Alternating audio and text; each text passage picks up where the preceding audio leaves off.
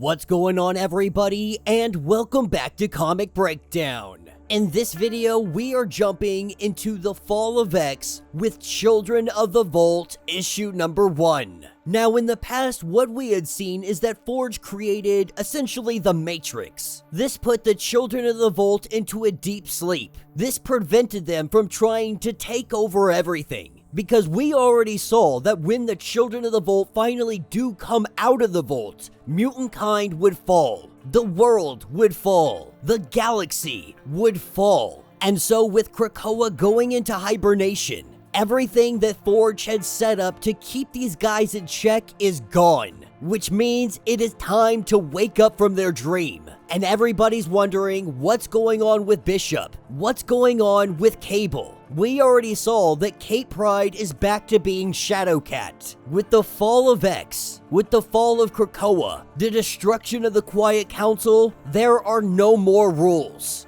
Bishop is back to being a revolutionary. Mutant kind is fighting for survival. Nobody is pulling any more punches. So strap yourself in, cause this is going to be one heck of a ride. Make sure you guys have subscribed to the channel, make sure that you like this video, and with that being said, let's dive into this breakdown.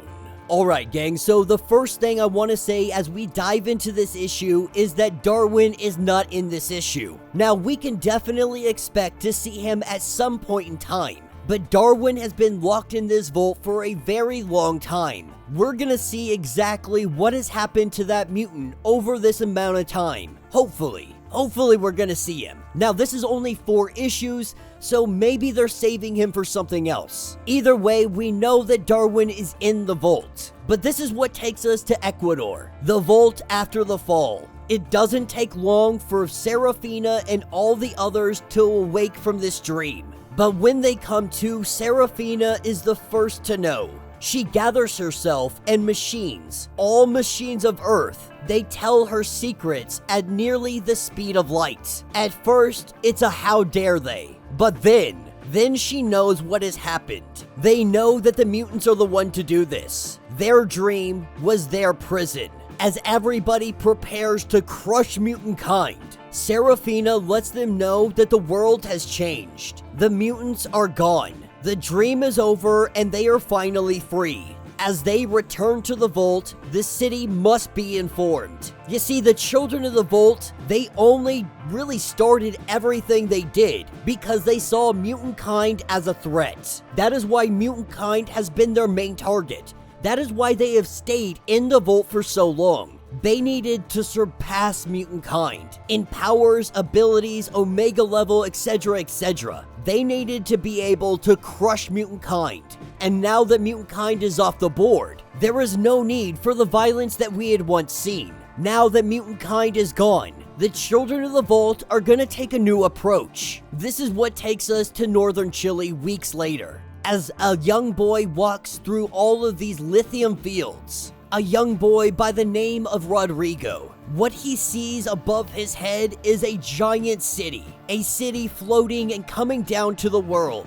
Because the Children of the Vault, they are now making it known to the world that they exist. They have come to save everybody. But before we get to that, we jump over to Cable. Right now, they have him in an Orchis Black Brain psychic interrogation site. Orchis had surprised him on his own ship. A ship that was now probably disassembled on the floor of an Orchis hangar. They also took his favorite arm. They took anything that they could get their hands on. But the only thing that he is saying or putting out is what is. For over a month now, they have been torturing him.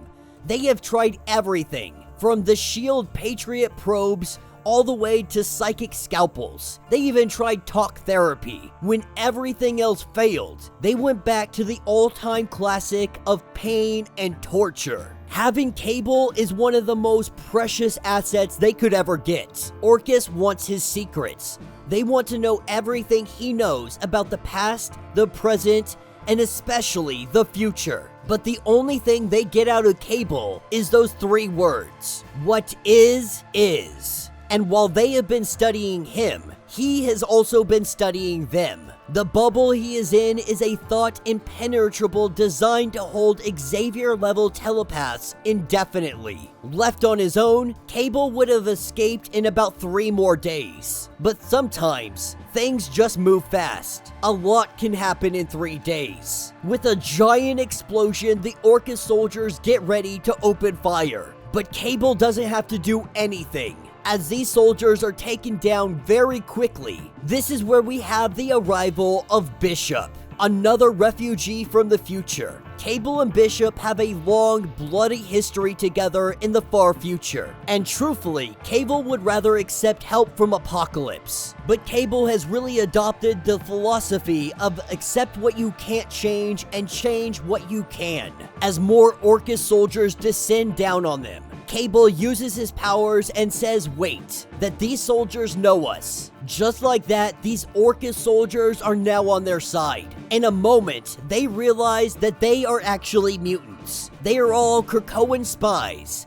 and they will die for the cause. Cable has convinced these men that they are mutants and they work for Krakoa. Using these soldiers to their advantage, they face off against other Orchis soldiers, with Bishop blasting his way through all of these ranks. Cable remembers that they have his favorite arm, Bishop telling him that they're not going back for it, and Cable has no intention of going back for it. As they are able to escape this facility, that arm detonates, and with the detonation, this entire site explodes. Only one of these Orchis soldiers will survive. The survivor believing that he is a mutant, that he has been a spy this whole time. And while Orchis may try, they will attempt to make this man believe that he is actually under the influence of mutant powers. That night, he will escape from his holding cell. He will run to the roof, and he will attempt to use his mutant power of flight. The 10-story fall will break most of his bones and collapse his lungs. His dying wish will be that he be buried among his people on Krakoa, a wish that will not be honored. As they make their escape, Cable begins to dig into the mind of Bishop, really getting a sit-rep on everything that has taken place ever since the Hellfire Gala. Cable letting Bishop know that there is a place nearby that they can regroup, with Bishop welcoming Summers back, letting him know that everyone he loves is dead, and everyone that is still here, they want to kill you. This is what takes us to the Children of the Vault. They now call themselves the Children of Tomorrow. They send out a message to all of humankind. They send a message to the poor, to the hungry, to the diseased, to the impoverished, from Ecuador to Syria, from Chile to Brazil. They let them know that when their ancestors left, they understood that humankind was on a road to self-destruction, that we would need answers fast, and so they created the Vault. This allowed their society to progress 1,000 years. And so war, ecological catastrophe, disease, prejudice, poverty, pain, for this is all ancient history. They have solved the problems generations ago, and now they are wishing to share this with the world. Their ancestors left so that one day the future might return to save the past. That day is today. The future is here. Their message is simple. Leave the past behind and become the future. This all starts with a simple message. It begins with those who need to hear it the most. In the poorest places on Earth, self-replicating technology 10,000 years ahead of its time unfolds and it integrates itself. From Kenya to Yemen, buildings composed of brand new elements spring up overnight, consuming and converting the already existing architecture as raw material. The people of the world have dubbed these Tomorrow Towns. Machines that have been made to heal the wounds, expand lifetimes, expand the mind. Machines to rearrange rock into prime rib. Machines that string together oxygen and hydrogen atoms to create lakes from deserts. Machines that grant your every wish. Machines made of imagination. Machines that dream for you. The list of accomplishments continue to grow. From Captain to Prisma, they are saving the world. From tidal waves, from disaster, from floods,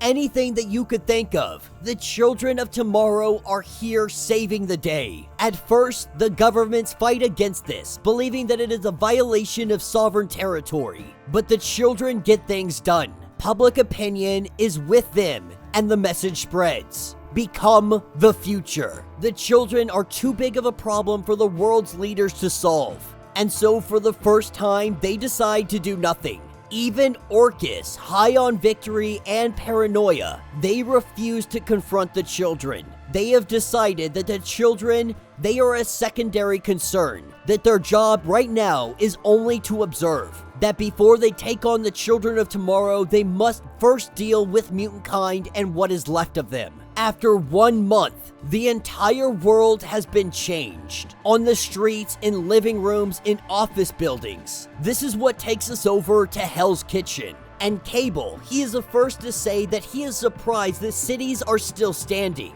But the children of the Vault have rebranded to the children of tomorrow. They are taking their humanity into the future. At least that's what they're proposing. Bishop doesn't believe that this is possible. Cable says that maybe they've changed, that it has been 1,000 years for them. Maybe they have set aside what they once wanted to do. But Bishop knows that they are up to something, that they are doing something to people's minds. When he first heard them speak, he found himself wanting to believe. He was ready to give them the benefit of the doubt, and he doesn't give anybody the benefit of the doubt. They must earn it. This is what takes them to a shop here in Hell's Kitchen, a safe house in this neighborhood, something that he had built back in the 1890s. As they go inside, we see that this is one heck of a workshop. Bishop imagines what he could have accomplished if he had known about this place. For the last month, he had been fighting a war with nothing but the clothes on his back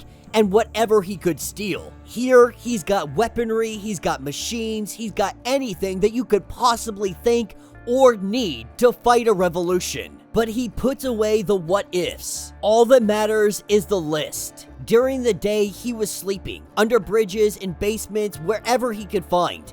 At night, he made his moves, and so far, he had hit 8 Orchis facilities. There are 1,743 total, from space stations to strip malls. Bishop's aim was to burn every one of them to the ground, even if it took him to the end of time. But to get to that list, the situation with the children had to be dealt with. He knew that he couldn't do this alone. Not all 1 million of them could he take on, and so he needed help. This is where we see Cable come down, fully suited up with a new arm. He has been looking into the mind of Bishop, and he says that if anybody was there, they were immaculate. They didn't leave a single fingerprint, at least not in the obvious usual places. And so he's gonna have to take a deeper look. While these two have never really trusted each other, and this is because there was a misunderstanding not that long ago. The two of them went to war over it. Bishop had done things that he wasn't proud of. He thought his reasons were good enough, but they were not. And now some things simply can't be forgiven.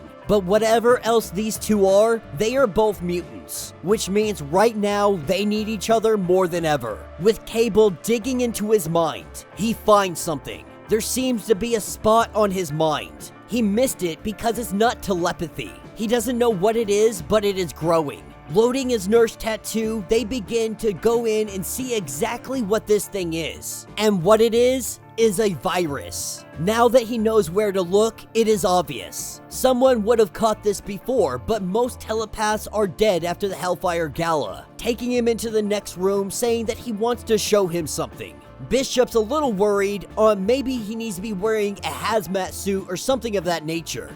But Cable tells him that this virus, it doesn't spread that way.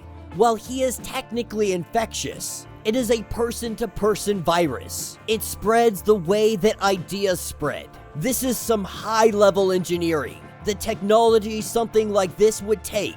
The children are the best bet at the ones responsible. If there's a way to stop it, that's hard to say. Plagues are notoriously difficult to control. Ideas even more so. And so when he asks Cable how far this thing is going to spread, as Cable looks into the minds of those around them, This thing is spreading far and it is spreading wide. Alright guys, so as we dive into this issue, we are picking up in Buenos Aires, Argentina. We are picking up with Martillo 131, one of the children of the vault. As he carries his mighty hammer, he would love to lay it down. Sitting outside of a nightclub, he peers inside and sees all of the people dancing. The only form of music allowed in the city is the military march. Where he comes from, displays such as this are considered primitive and shameful. The children of the vault do not dance. He commits every step, every significant look, every stolen kiss to memory, because soon, memories will be all that is left of dancing. Right now, he would love to lay down his hammer and join in with the dance. Unfortunately, this is where he has the arrival of Cable and Bishop. Pulling his mighty hammer out, he smacks Bishop into some cars. Cable unloads his weaponry, but the team up of Cable and Bishop together, this is more than enough to take him down. With Bishop being able to hold him down, Cable finishes him off. As they body slide by 3 out of here, we pick up with the world.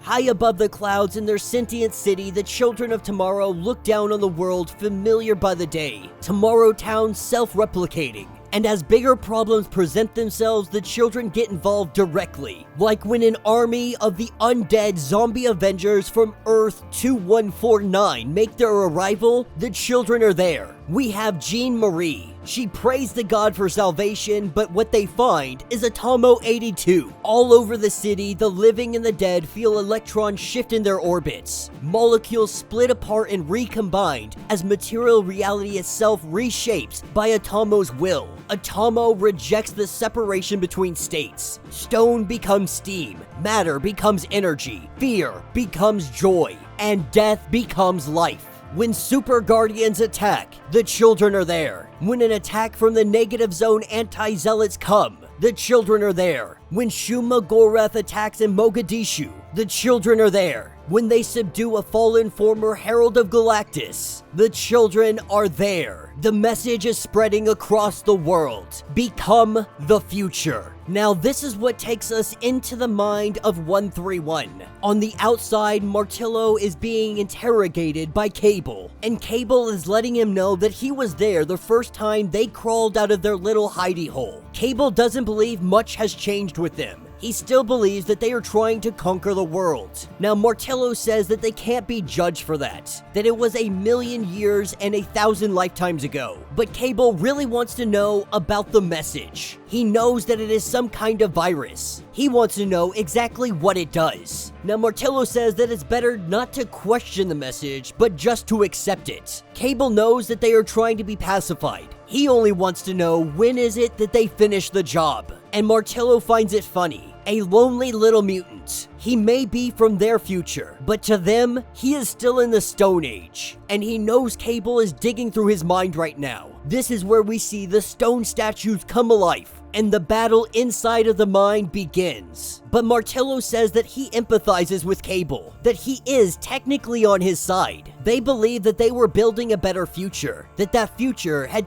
really been taken from you. But he has to understand that future was never theirs. The truth is, 50 of the children could exterminate the human race in a single day. Many of their people wanted to, but some of them had believed that they evolved past this. The message is the new way, what they believe to be a better way. While all of this is ongoing, we have Bishop, who has made his way to the mansion, which is quite hilarious considering so many of our mutants have gone back to the mansion because they all hid something there in case of a rainy day. Bishop is no exception. Bishop has a whole stockpile, an entire arsenal of guns and weaponry. That is why he has come back here. He has come back to get any and every single weapon that he can carry, because he is about to go to war. As we pick up at the United Nations building, the message has reached the highest levels of all governments. The children of tomorrow are officially sanctioned. They are given diplomatic immunity. Their city is seen as a sovereign entity. And to the world, they say, thank God for the children. This is where we pick up with Serafina and the captain. The captain thinking that the world is so much smaller than he thought it would be. That how could we be born of this? This soup of weakness and arrogance and need. But Serafina sees it a different way, that they are precious in their own ways, like fragments of an ancient vase, useless, beautiful, and broken. This debate between Serafina and the captain is long-standing. It has continued over generations, across cycles of death, evolution, and rebirth, each of them representing opposing, evolving ideologies. The message, with all its implications, was Serafina's big idea. Her party argued that the children have come to humanity as heroes, that she represents a new way. The captain is a traditionalist. He would rather grind humanity beneath his heel, eradicate every trace of them, and start the world anew. He maintains faith in the old ways. In the Grand Foro, these two, they battled at the very center of the city. This was ideological combat. Their words were weapons. And Serafina, she had won. As the voice of the city, she had the advantage. The children made the city, but the city also makes the children. To them, it is the god, mother, servant, and slave. This is where they get an alert, an omnipathic communication, pain, distress, imprisonment, and torture. Serafina immediately knowing that this is Martillo. Now they wonder who could possibly hold one of them against their will. They are following his thoughts all the way back, and they will know the source in a matter of moments. The captain, he seems relatively excited, believing that this has to be one of the human superheroes, and he has yet to get a chance to kill a human superhero. Telling Serafina, look, you cannot help these people. They do not want to elevate. They prefer to live in the dirt. Picking back up with Cable in 131. As the battle rages inside the mind of Martillo, he is telling Cable that become the future, these are more than just words. The message is not a virus, it is only an idea. One so clear and so self-evidently true. It transforms. First the mind, then in body. Those who survive, they will think and feel and fly as the children do. They will be true children at the genetic level. The rest, those who can't change, or those who won't change, there will be no place for them. And they estimate that less than 1% of humanity will survive this change. And so this is an extinction level event for all of humanity. They are just completely unaware that if they do not accept the message, that they will be the one to die.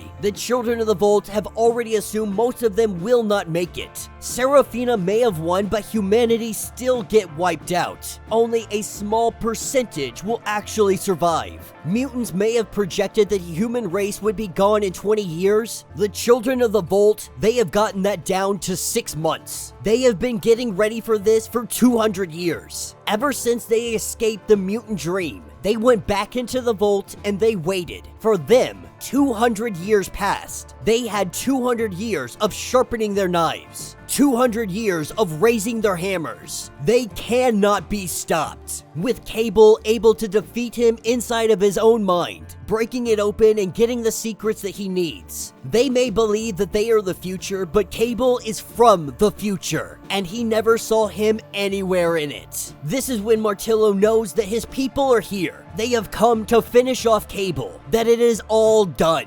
With Cable getting the information that he needs, with the children of the Vault getting ready to break in, we see that this isn't actually Cable. He is not actually here. This is just a hologram. He would never show up in person. He wouldn't take the risk of catching whatever is going around. But he does tell him to check underneath his seat, because underneath his seat is a nuclear freaking bomb. And with the giant explosion, Martillo and any that may have come with, any that wanted to try to save him, they all just went up in flames. But Cable was able to get everything that he knew. Access codes, layouts, city defense protocols. This isn't gonna be easy, but Cable and Bishop, they are headed into the city. Alright gang, so as we dive into this issue, we pick up right at the beginning of the war, because the War of Tomorrow is about to begin. A giant cannon pointed at the floating city. This cannon is a micro-singularity gun, and with Bishop firing it, 3 seconds before the micro-singularity hits, the city mind picks up a small energy spike. Instantly, Atomo, Pharaoh, and Captain are dispatched. 0.5 seconds before it hits, time slows to a crawl, and a sudden heavy night falls over the city. After the first micro-singularity hits, Pharaoh has already sealed the singularity in a gravity-Klein bottle, but 83 of the children have lost their lives. 12 city blocks have already ceased to exist. The first strike has been made. Now Cable and Bishop putting it on auto fire. They let the gun fire and they head directly for the city. With 2 of the singularities coming directly at them, Priza is the first to stop them. She is able to superheat them until they begin to evaporate. Olvido consumes the 4th and 5th singularities. He makes them just another part of the pocket universe he keeps inside of his small intestine. And there will be no 6th singularity, because Atomo makes sure of it, destroying the gun. And in the floating city, that is where we have Captain, taking down the transport that Bishop and Cable are riding on. And Captain cannot help but laugh at the fact that they only sent 2 mutants, that there are a million of them in this city. Why would they attempt such a suicidal attack? But Cable's got something up his sleeve, a surprise that awaits them. And when Captain turns around, what he sees is the entire army of Stark Sentinels and the original Sentinels as well. They arrived at the City of Tomorrow, and they are laying waste. Orchis is here, and this is all part of Cable's plan. You see, 3 hours earlier, at the Reforger, rebuilt by Orchis, it didn't take much for Cable to get Orchis to go to war. The night before, Cable had planted some carefully designed paranoia. He did this in the mind of a mid-level Orchis scientist. After detecting a security breach, judgment being compromised, thought quarantine being initialized, they go into automatic war protocol. From this point forward, decision-making power is given over to a giant, senseless brains engine,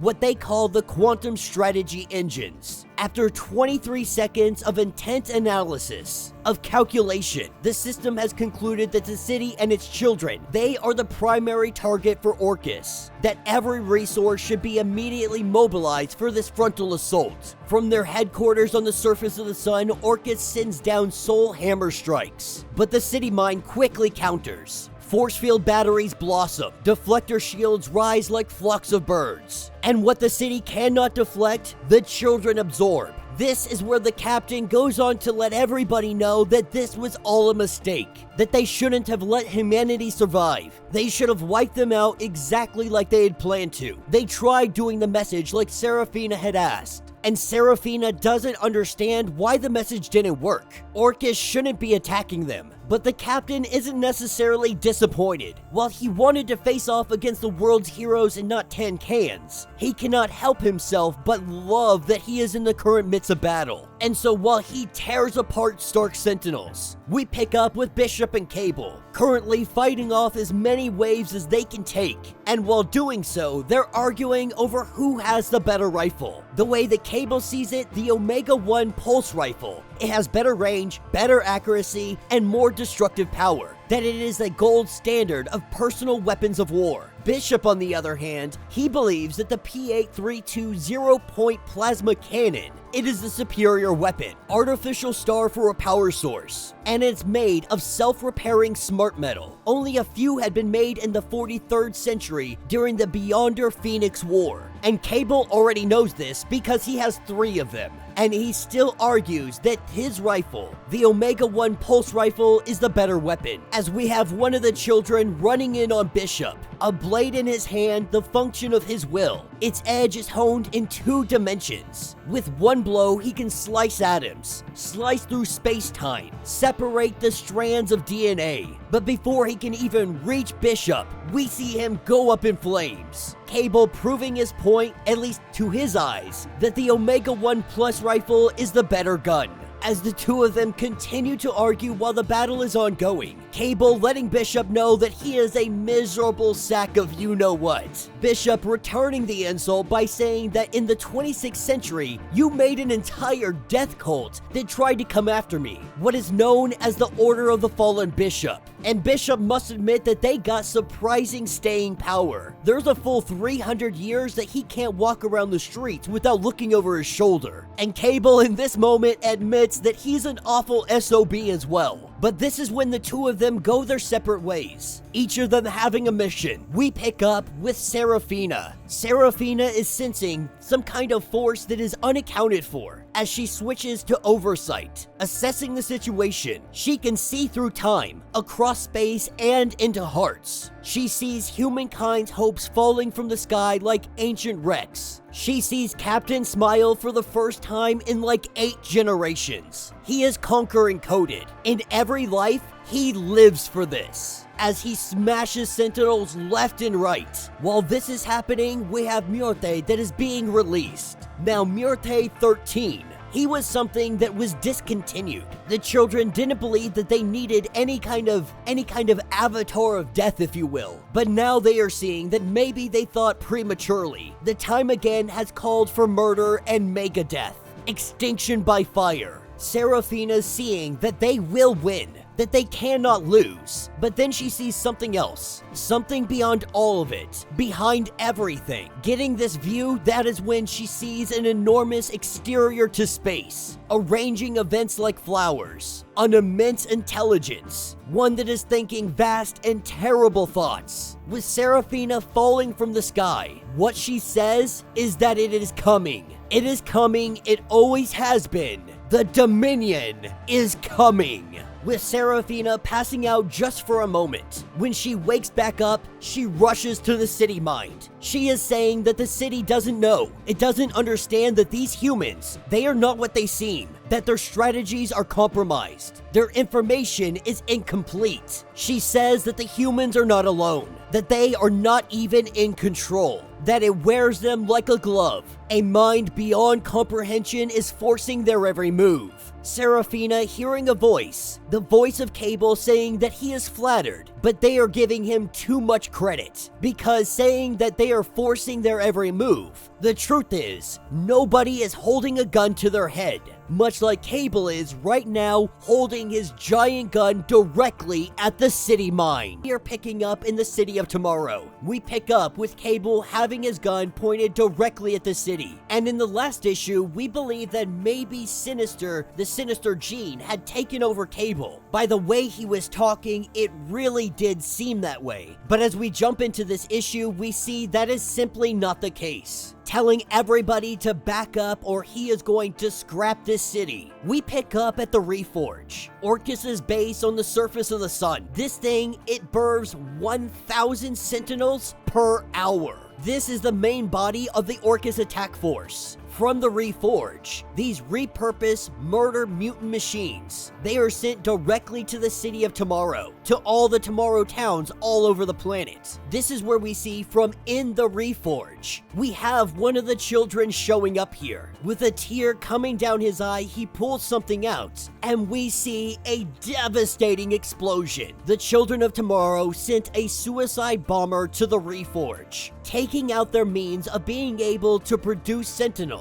Orchis just took one heck of a blow. This is where we pick up with Serafina and Cable. Serafina is telling Cable to put the weapon down. She is asking for him to be civilized about this. But the last time Cable had seen Serafina, she threw a battleship at him. She says that that was a different person, that she has evolved. Serafina going on to say that I cannot believe that you are a mutant freedom fighter, but now you are working with Orchis. The truth is though, Cable will work with whoever he has to, the devil himself, if it means that he is going to win. When Serafina asks why, they murdered your entire race, genocidal savages. But for Cable, he sees it as an introduction of two monsters, the Children of Tomorrow and Orchis, because the truth is they have so much in common. This is when the captain comes in, telling Cable that he cannot threaten a city with a gun. Every molecule of this city is sentient, is alive, that he is surrounded by consciousness. As Captain begins to lay in some haymakers onto Cable, Serafina telling him to stop, that she had the situation under control, that if she had 10 more seconds, she would have been able to take control of Cable's arm. With Cable in the grasp of Captain, the Captain says that the world is ours, that it was promised to us. Cable laughing at him, spitting in his face, saying that you guys are crying over broken promises. You really are children. Right now, across the globe, the message is taking hold. The virus that was spread around by the children of tomorrow, it is affecting everybody. They are slowly not feeling anything, all of them beginning to lay down and slowly die. Serafina letting Cable know that the only thing he has done for the people of Earth is made it more painful. The message was a gift to humanity, a gift to elevate them, a gift of peace. This is when Bishop comes in and he says that you can keep your peace because you came in here acting like you had something new, something special for everybody. But this is the same old smallpox blankets in a new gift wrap, with the captain saying that you guys cannot prevent what is going to happen. The mutant race is over. You guys have lost. That you can't fight the future. But both of these men would hugely disagree. That is what they are known for. When told that they are delaying the inevitable, Cable says that they are just stalling for time. In fact, they are ahead of schedule. This is when the city's consciousness begins to bug out. Something begins to take over the city, and Cable lets them know that 1,000 years in the future, there is a quiet little timeline where everything is a phalanx and the phalanx is everything. As a younger, less cautious man, he risked a simulation to get a sample of the super strain of techno-organic virus, the one used to convert that universe. He thought it might come in handy one day, and he was right. His variant of the techno-organic virus gave him limited control over the hyper-evolved strain. That's why when they brought him back from the dead, he insisted it be with his virus. He's been keeping the sample in a secret weapons cache under the mansion ever since. And they said it themselves. Every molecule of this city is alive.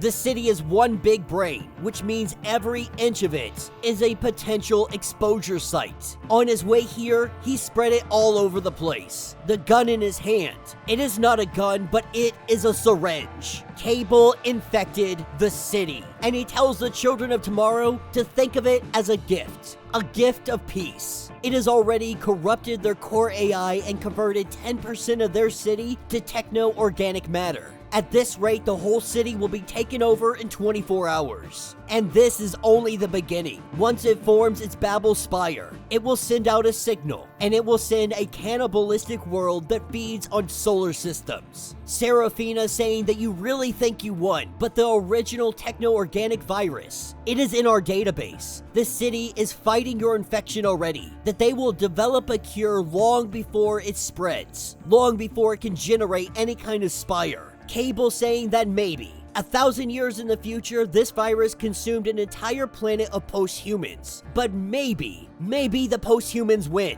So they took it a step further. Bishop's mission was a nursery. 24th century oblivion bombs. The press of a single button and their entire genetic library gets decimated. If the virus doesn't get them, the mushroom cloud will. Now, Serafina believes that Bishop has to be bluffing. Not even mutants would kill babies. And Bishop says that he wishes he could say that he wouldn't hurt a child no matter what the stakes. He really wishes he could say that. But the truth is, he can't. As the captain gets ready to go in, Serafina stops him. She asks, "What do you propose?" And they tell the children to take your message, to take your city, return to your vault, and never come back here. Captain believes that they are bluffing, that they wouldn't kill the world just to defeat the children. But the way that Bishop and Cable see it, they said it themselves. Their people are dead. The humans are responsible. They all deserve what would happen to them. And then they would just start over on another timeline. And you guys have it misconstrued.